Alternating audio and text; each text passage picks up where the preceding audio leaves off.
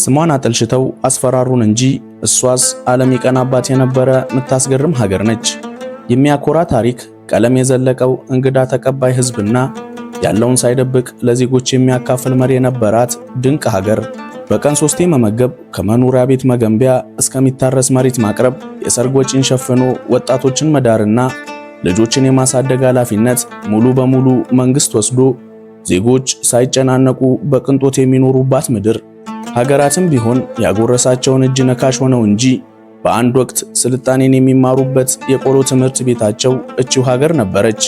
ታዲያ ዛሬ ሁሉ ተረስቶ እኛ ያልተሳተፍንበት ሰላም፣ እኛ ያላጸደቅነው ነጻነት፣ እኛ ያልተቋደስነው ሀብትና እኛ ያላስተማርነው ዕውቀት አሸባሪነት ነው የሚሉት ምዕራባውያን ሰላሟን አሳጥተው የቁርጥ ቀን ልጆቿን ነጥቀው እንድንረሳት አድርገውን እንጂ እሷማ የምትኖረው ድንቅ ሕይወት፣ የምትናገረው መሳይ ታሪክ ነበራት። ከፍርስራሽ ስር የተደበቀ እውነት ልንቃኝ ዛሬ ውሎአችንን በባቢሎኖቹ ሀገር የያኔዋ ሜሶፖታሚያ የአሁኗ ኢራቅ አድርገናል። አብራችሁን ቆዩ።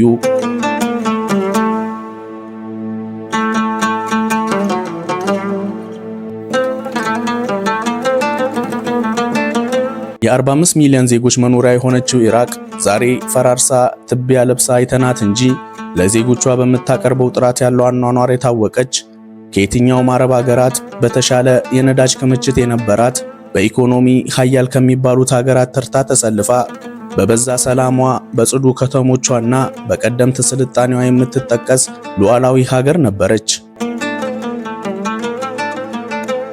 ሳዳም ሁሴን ደግሞ ለሉዓላዊነቷ ያበቋት በኢራቅ ዘመናዊነት ውስጥ ትልቅ አሻራ ያሳረፉ የዚህ ወርቃማ ዘመን መሪ ናቸው። ከሚዲያ ውሸት ወጥቶ ለእውነት ያደላ ጆሮና ልብ ካለን ኢራቃውያን ኑሮ በሱ ጊዜ ቀረ ስለሚሉት መሪ ልብ አድርጉ እያሉ የሚነግሩን አላቸው። ምዕራባውያን ለዜጎቹ የማያዝን አምባገነን ይሉታል። ህዝቦቹ ይላሉ ሳዳም ሁሴን ኢራቅን ያዘመነ ከበው ይበሏት ከነበሩ አውሬዎች የታደገ የቁርጥ ቀን ልጃችን ነው። እሱ አምባገነን፣ እሱ ጨካኝ ከተባለ አዛኝና ሰላማዊ የሚባሉት እነማን ናቸው? በሳዳም አስተዳደር ስር የነበረችው ኢራቅ ነዳጅ ሽጣ በምታገኘው ዶላር ህዝቦቿን አቀናታ ራሷን ታዘምናለች። እስከ 1972 የኢራቅ የነዳጅ ኢንዱስትሪ በምዕራባውያን ቁጥጥር ስር ነበር። ሳዳም ሁሴን ወደ ስልጣን ሲመጡ ኢራቅ በግፍ የተነጠቀችውን የነዳጅ ኢንዱስትሪ አስመልሰው በሚገኘው ፍራንክ መንገዶች፣ ሆስፒታሎች፣ ትምህርት ቤቶችና ኢንዱስትሪዎችን ገነቡበት። ኢራቅን ዘመናዊ ያደረጉ አውራ ጎዳናዎች፣ ድልድዮችና የኤሌክትሪክ አውታሮችን ጨምሮ ግዙፍ የመሰረተ ልማት ፕሮጀክቶችን አስጀመሩ። ሳዳም ሁሴን ወደ ስልጣን ከመምጣታቸው በፊት ኢራቅ ዝቅተኛ የተማረ የሰው ኃይል ነበራት። እሳቸው ወደ ስልጣን ሲመጡ ትምህርትን ነፃና አስገዳጅ በማድረግ ሀገር አቀፍ የትምህርት ንቅናቄን ከፈቱ። በ10 ዓመታት ውስጥ ኢራቅ ከአረብ ሀገራት በተለየ ከፍተኛ የተማረ የሰው ኃይል እንዲኖራት አደረጉ። ዩኒቨርሲቲዎች እና የምርምር ተቋማትን በማስፋፋት ብዙ ኢራቃውያን ሙሉ ወጪያቸው በመንግስት ተሸፍኖ ለከፍተኛ ትምህርት ከሀገር ውጭ ተላኩ። በሳዳሟ ሀገር ኢራቅ ተምሬ ስራ አጣለሁ የሚል ስጋት አልነበረም። እርሶ ተምረው ለቁም ነገር ይብቁ እንጂ ሳይውል ሳያድር መንግስት ራሱ ስራ ፈጥሮ በጥሩ ደሞዝ ይቀጥሮታል። ኢራቅ በሳዳም የግዛት ዘመን በመካከለኛው ምስራቅ ካሉት ምርጥ የጤና አጠባበቅ ስርዓቶች አንዱ ነበራት። ድንገት ቢታመሙ በምን እታከማለሁ ብለው አይጨነቁም። ጥራት ያለው የሕክምና አገልግሎት ከበቂ መድኃኒቶች ጋር ከገጠር እስከ ከተማ መንግስት በነፃ ያቀርባል። በሽታው አላገግም ብሎ በአገር ውስጥ ሕክምና መፍትሄ ካላገኙ መንግስት የሚያስፈልገውን ሁሉ ወጪ ሸፍኖ በውጭ ሀገር እንዲታከሙ ይልኮታል። እነሱ አምባገነን አሉት እንጂ በሳዳም ሁሴን አስተዳደር ዜጎች ጠግበው ማደራቸውን ለማረጋገጥ ዳቦ፣ ሩዝ፣ ስኳርና ዱቄት መንግስት አቅም ለሌላቸው ዜጎች በነፃ ያቀርባል። የላጤነት ህይወት አብቅቶ ትዳር ቢያምሮት ከእርሱ የሚጠበቀው ልጅህን ለልጄ የሚል ሽማግሌ መላክ ብቻ ይሆናል።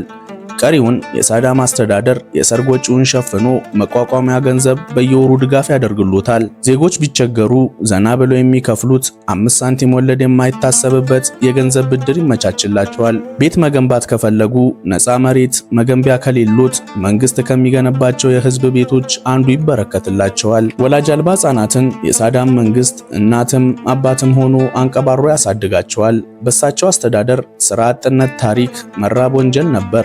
ዜጎች የኤሌክትሪክ የውሃና የነዳጅ ወጪ የሚያሳስባቸው ጉዳይ አልነበረም። በሳቸው ዘመን ኢራቅ እንዲህ ነበር የምትኖረው። ታዲያ ይህ አምባገነንነት ከሆነ የትኛው ስራ ነው ዲሞክራት የሚያስብለው? እርግጥ ነው የሳዳም አስተዳደር ተቆጥሮ የማያልቅ በጎ ተግባራት ቢኖሩትም ችግሮች ነበሩበት። እሳቸው በሚመሯት ኢራቅ ከ60 እስከ 65 ከመቶ የሺአ ከ30 እስከ 35 ከመቶ ሱኒ ሙስሊሞች ይኖራሉ።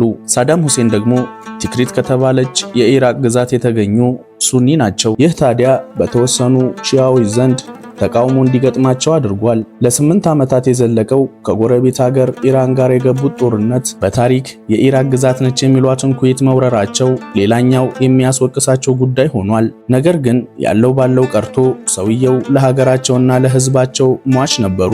የሳዳም ሁሴን አስተዳደር ከሕዝቡ አልፎ ወንድሞቼ ለሚላቸው ፍልስጤማውያን የገንዘብ የጦር መሳሪያና የሰራዊት ድጋፍ ያደርጋል። በጦርነቱ ተጎጂ ለሆኑ ፍልስጤማውያን ለእያንዳንዳቸው ከ10 እስከ $15000 የገንዘብ ድጋፍ ለመሰረተ ልማት ግንባታ ከሚውል ተጨማሪ ገንዘብ ጋር በስጦታ መልክ ያበረክትላቸዋል።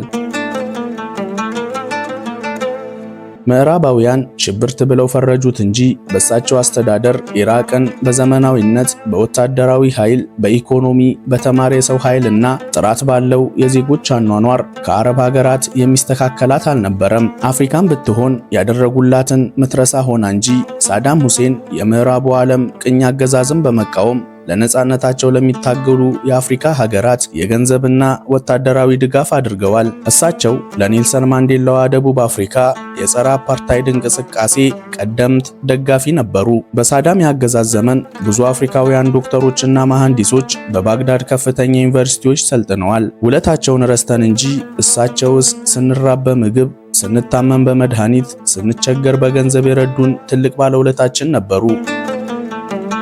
ሳዳም ሁሴን ወደ ስልጣን ሲመጡ ማንበብና መጻፍ የሚችሉ ኢራቃውያን 40 ከመቶ ብቻ ነበሩ። በሳቸው ዘመን ታዲያ 85 ከመቶ የኢራቅ ሕዝብ ቀለም የዘለቀው አዋቂ ነበር። ከሳቸው በፊት ኢራቅ አንድነቷን አጥታ በእርስ በርስ ጦርነት የምትማስ የመንግስት ባለስልጣናት የምዕራባውያን አሽከር ሆነው የሀገራቸውን ሀብት ለማዘረፍ የሚመሳጠሩባት ነበረች። ሳዳም ሁሴን ሲመጡ ፍቅር የሚገዛውን በፍቅር ጉልበተኛ ነኝ ያለውን በጉልበት ስርዓት አስይዘው ይመሩት ጀመር። በሳቸው ዘመን የመንግስት ሰራተኛ መሆን ከባድ ኃላፊነት፣ ወታደር መሆን ደግሞ ክብር ነበር። በሳዳሟ ኢራቅ ልጆች የፈጣሪ በረከቶች ናቸው። እርሶ ይውለዱ እንጂ ወጪውን መንግስት ይጋራውታል። ታዲያ ዛሬ ሁሉም በነበር ቀርቷል። ሳዳም ሁሴን በድህነት ነው ያደጉት። የኢራቅ ተራ ዜጋ መሆን የሚያደርሰውን ጫና ጠንቅቀው ይረዳሉ። እሳቸው ወደ ስልጣን ከመምጣታቸው በፊት ኢራቅ ውስጥ የተደላደለ ኑሮ የሚኖሩት ጥቂት ከላይ ያሉ የመንግስት ባለስልጣናት ነበሩ። እሳቸው ሲመጡ የሀገሪቱ ሀብት የሁሉም ዜጎች ነው አሉ። ድሃው ማህበረሰብ በልቶ ጠግቦ ማደር ጀመረ። ሳዳም ሁሴን ነጮች በአረብ ሀገራት የውስጥ ጉዳይ ገብተው መዶለታቸውን አጥብቀው ይቃወማሉ። በዚህም የአረብ ሀገራት አንድ ሆነው የምዕራባውያንን ተጽዕኖ እንዲቃወሙ ለማድረግ የጀመሩትን እንቅስቃሴ አሜሪካና አጋሮቿ አልወደዱላቸውም። ሰውየው ይባስ ብለው ኢራቅ በጦር መሳሪያ ራሷን እንድትችል ታንክ፣ ሚሳኤሎችና የኬሚካል መሳሪያዎችን የምታመርትበት የተራቀቀ ወታደራዊ ኢንዱስትሪዎችን ገንብተው አስመረቁ። ታዲያ ያኔ ጠላቶቻቸው ከንፈር ነከሱባቸው። በ1991 ኢራቅ ከኩዌት ጋር የገባችውን ጦርነት ተከትሎ አሜሪካ ስጋት ውስጥ የከተተቻትን ሀገር ኢራቅ በቦምብ ስትደበድብ የመንግስታቱ ድርጅት ኢራቅ ላይ ከባድ ማዕቀብ ጣሉ። እነዚህ ማዕቀቦች የኢራቅን ኢኮኖሚ ቢያዳክሙትም በቀላሉ እጅ የማይሰጡት ሳዳም ሁሴን ለምዕራባውያን አንገዛም አሉ። እንደ አውሮፓውያን አቆጣጠር በ2003 አሜሪካና አጋሮቿ ሰውየውን ለመገላገል የመጨረሻ ያሉትን እቅድ አወጡ። በ2003 የአሜሪካው ፕሬዝዳንት ጆርጅ ቡሽ ከመንግስታቱ ድርጅት ጋር አብረው ሳዳም ጅምላ ጨራሽ መሳሪያ ኢራቅ እንድትታጠቅ አድርጓል በሚል ከሰው ወረራ ጀመሩ። በወቅቱ ክሳቸው ውሸት መሆኑ ቢረጋገጥም ሌላ ዓላማ የነበረው ወረራ ሊቆም አልቻለም። የፖለቲካ ተንታኞች ወረራው ሳዳምን ከስልጣን በማንሳት ኢራቅን ለመቆጣጠር የተጠነሰሰ ሴራ ነው ይላሉ። ከወረራው በኋላ የአሜሪካ ኩባንያዎች የኢራቅ የኢራቅን የነዳጅ ምርት ለማስተዳደር የሚያደርጉትን ርብርብ ለተመለከተ እውነትም ያስብላል። በመጨረሻም እንደ አውሮፓውያን አቆጣጠር በ2006 በውስጥ ተቃዋሚዎች እርዳታ ሳዳም ሁሴንና ሌሎች የኢራቅ ከፍተኛ አመራሮች ተይዘው ለፍርድ ቀረቡ። መዝገቡ ላይ የሰፈረው ክስ ማስረጃ ባይኖረውም በግፈኞች እጅ የወደቁት ሳዳም የሞት ፍርድ በግፍ ተፈረደባቸው። መላው የሙስሊም ሀገራትን ባስቆጣ መልኩ በአረፋ በዓል ዕለት ፍርዳቸውን እንዲቀበሉ ተደረገ።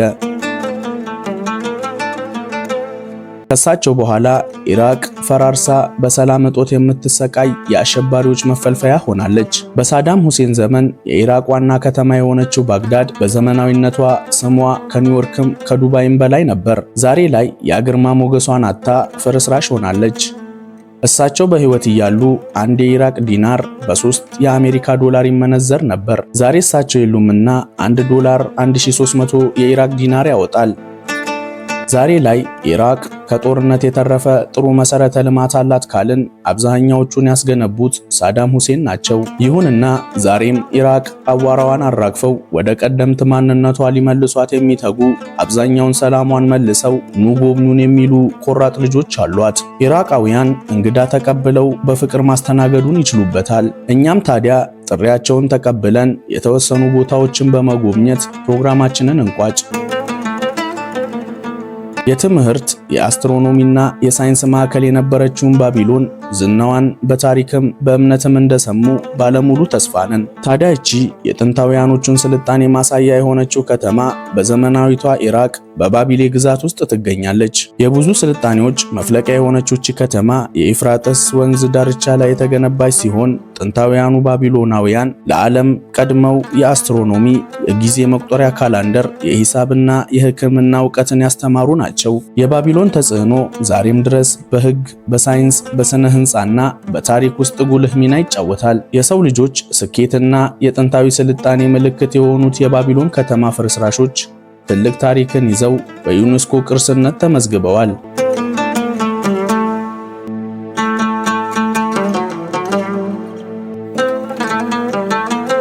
የሚመለከቱት ግንብ ዚግሬት ኦፍ ኡር ወይም የኡር ዚግራት ይባላል። ከክርስቶስ ልደት በፊት በ2100 ዓመተ ዓለም በጥንታውያኑ ሰመራውያን የተገነባ ሲሆን የጨረቃ አምላክ ተብሎ ለሚጠራው ናና የተሰጠ ቤተ መቅደስ ነበር። አርኪኦሎጂስቶች በናስሪያ አቅራቢያ የሚገኘው ይህ መዋቅር የሜሶፖታሚያን ስልጣኔ ፍንጭ ይሰጣል ይላሉ።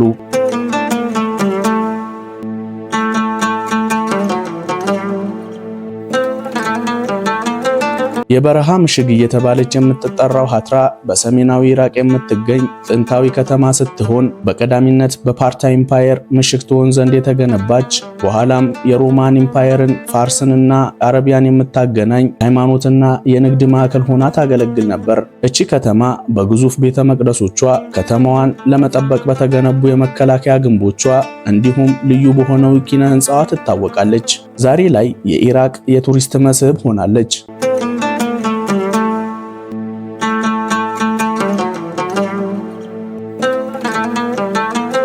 ታላቁን የሳምራ መስጂድ የመጨረሻ መዳረሻችን አድርገነዋል። በ9ኛው ክፍለ ዘመን የተገነባው ይህ መስጂድ በአንድ ወቅት ዓለም ላይ ካሉ መስጂዶች ትልቁ ነበር። መስጂዱ በጊዜ ሂደት በተለያዩ ክፍሎቹ ላይ ከፍተኛ ጉዳት ቢደርስበትም የሚመለከቱት 52 ሜትር ከፍታ ያለው ሚናሬት ጸንቶ በመቆም የኢራቅ እስላማዊ ቅርስ ምልክት ሆኗል። ውድ የቻናላችን ተከታታዮች አብራችሁን ስለነበራችሁ እናመሰግናለን። ሰላም።